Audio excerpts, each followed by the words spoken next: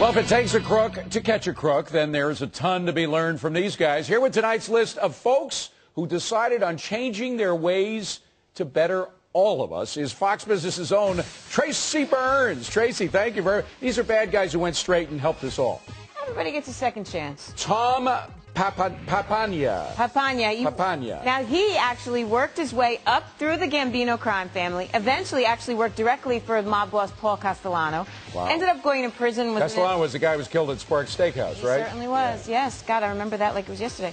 Went to the penitentiary for a year, but found Jesus, and now he's a Christian evangelist. God Saving Grace Ministries is his yeah. work. All right, number 4, Walt Pavlo Jr., who we've had on several times. Friend of Scoreboard, actually. Now, he was taught how to hide the details of he worked for MCI WorldCom and was basically taught how to hide debt of his worst performing customers so that his personal record looked much better. So he was taking kickbacks from these poor customers, all to make himself look better in the end.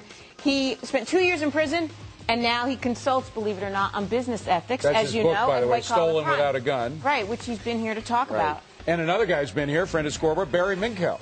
And this is an amazing story, right? Yeah. Started the carpet cleaning business, the best. He was actually one of the youngest guys to take a company public. He started it in his parents' garage. It turned out it was a big Ponzi scheme. Revenues were 86% less than what he reported. He ultimately spent 7 years in prison and had to actually pay $26 million in restitution. But he, too, found Jesus. And now he's a pastor and a fraud investigator. A fraud investigator, yeah. And number 2, another guy who actually a lot of people were questioning whether he deserved what he got, but Michael Milken. Michael Milken, yeah, I mean, junk bond king, right? Back in the 80s, indicted on 98 counts of racketeering and securities fraud. This is back in 1998. As a result of all this insider trading, he ended up being sentenced to only 10 years, got out after 2.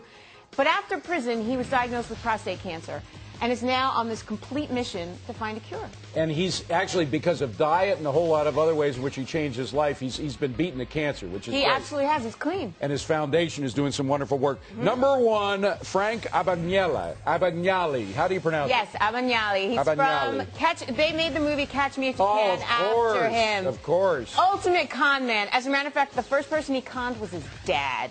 Out of $3,400. I know, isn't that awful? Years of check fraud and impersonation, including he spent 2 years as a pilot. Nobody caught this. A year as a doctor. He was a teaching assistant at a university for a while, all impersonating, all getting away with writing checks, pulling money out of one account, putting it into another.